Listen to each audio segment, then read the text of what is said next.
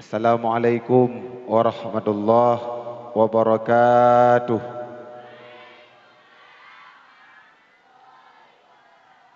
Di kasidah yang pertama yang akan lun bana ke yang berjudul Ilme.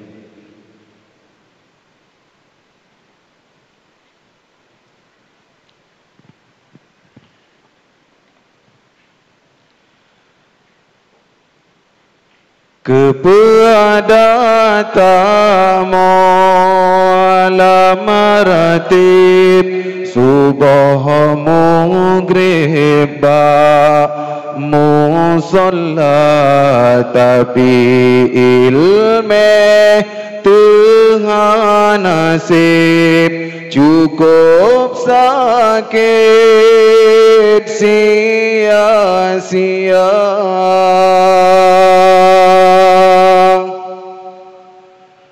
Badangan sahana mekri mesucihan oh cara sembahyang kalam jahi fahlar le mafhum hana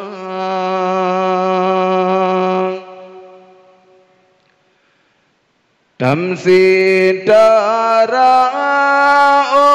keladi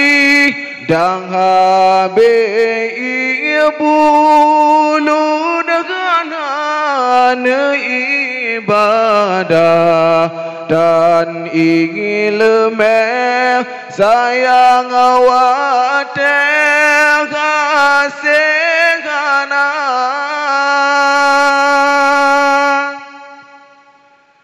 ilme agama gairakan kan pilihan ban sikula tapi wajib mandum urang lagenekeun le saidina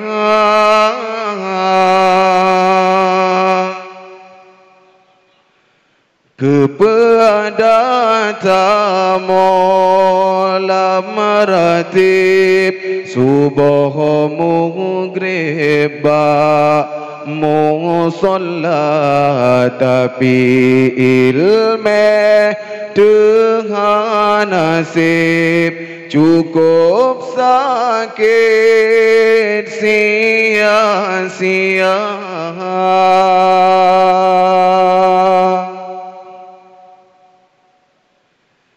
Nyok ke puncak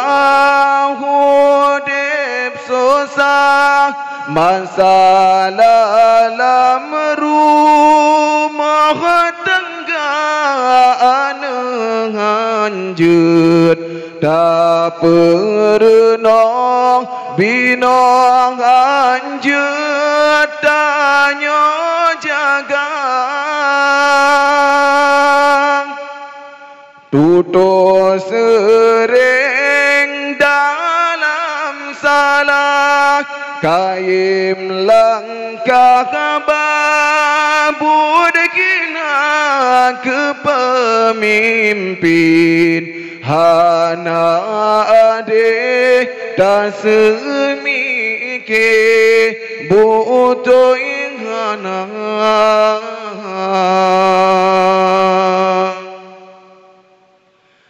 Dahudip trip dan jaminan ajaikan baja roh hamba ilme betah tuntut rijak kesempatan han mengisah pulam dunia tak dari kadroh bahjanji Rabbana ilmen cabut lam alam ngan